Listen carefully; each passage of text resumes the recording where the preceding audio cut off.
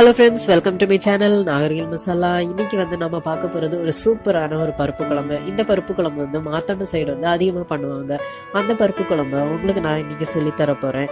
அதுக்கு முன்னாடி இந்த சேனலை நீங்கள் சப்ஸ்கிரைப் பண்ணாமல் இருந்தீங்கன்னா நீங்கள் சப்ஸ்கிரைப் பண்ணுங்கள். கூட இருக்கிற பெல் சிம்பலையும் நீங்கள் கிளிக் பண்ணிங்கன்னா நான் அப்லோட் பண்ணுற ஒவ்வொரு வீடியோஸும் உங்கள் நோட்டிஃபிகேஷன்லேயே வந்துடும். இப்போ 1/4 டம்ளர் பருப்பு எடுத்துக்கோங்க. அதை நல்லா கழுவிட்டு 1/2 டம்ளர் தண்ணி ஊற்றி 2 சவுண்டை வச்சுக்கிடுங்க. இது ரொம்ப குழையக்கூடாது. இந்த அளவுக்கு வெந்திருக்குது. நல்லா வேகணும், ஆனால் குழஞ்சிடக்கூடாது. ஒரு மிக்சி ஜார் எடுத்துட்டு அதில் 1/2 டீஸ்பூன் சீரகம் போடுங்க. 5 சின்ன வெங்காயம், அப்புறம் தேங்காய் 1 கைப்பிடி அளவு நமக்கு தேவை. பட் நீங்கள் ஃபர்ஸ்ட் கொஞ்சமாக போட்டு அரைங்க. இதை நல்லா அரைக்கணும். இதை அரைச்சதுக்கு பிறகு நீங்க மீதம் உள்ள தேங்காவையும் போட்டு கரகரப்பா கொரன்னு அரைச்சிருங்க. ஒரு பாத்திரத்துல 2 டம்ளர் தண்ணி ஊத்திக்கோங்க. அதுல 1 டீஸ்பூன் மிளகாய் பொடி போடுங்க. அப்புறம் மஞ்சள் பொடி கொஞ்சமா. இதை நல்லா கொதிக்க விட்டுருங்க. நல்லா கொதி வரும்போது நம்ம ஃபர்ஸ்ட் அரைச்சு வச்சோம்ல அந்த விழுதையும் இதுல சேர்த்துருங்க. அந்த மசாலா கொதிச்சுட்டு இருக்கும் போதே நம்ம இன்னொரு கடாயை எடுத்துட்டு அதில் கொஞ்சம் எண்ணெய், 1 டீஸ்பூன் எண்ணெய் ஊற்றிட்டு ஒரு 10 சின்ன வெங்காயம் இந்த மாதிரி நறுக்கி வச்சிருக்கேன். இதையும் வதக்கிடலாம்.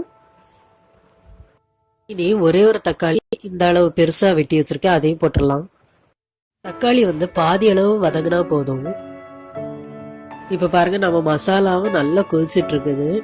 இப்போ இதுல நம்ம வதக்குன இந்த வெங்காய தக்காளியையும் போட்டுருங்க. எல்லாத்தையுமே போடுங்க.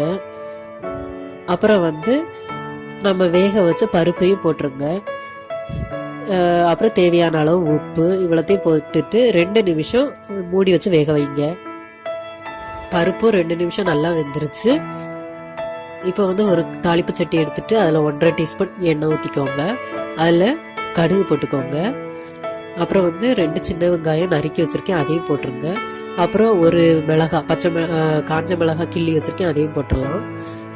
அப்புறம் கருவேப்பிலையும் மல்லி இலையும் இதையும் போட்டு வதக்கிக்கிடுங்க. அதை நம்ம இந்த இதில் போட்டுடலாம், பருப்பு குழம்புல போட்டுடலாம்.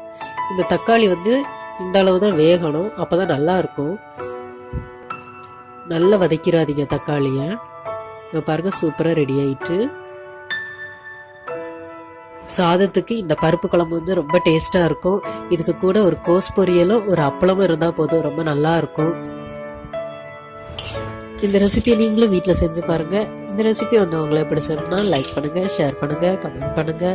இன்னும் நீங்க சப்ஸ்கிரைப் பண்ணாம இருந்தீங்கன்னா எனக்கு சப்ஸ்கிரைப் பண்ணுங்க. ப்ளீஸ் எனக்கு சப்போர்ட் பண்ணுங்க. எல்லாரும் சப்போர்ட் பண்ணுவீங்கன்னு நான் நம்புறேன். தேங்க்யூ.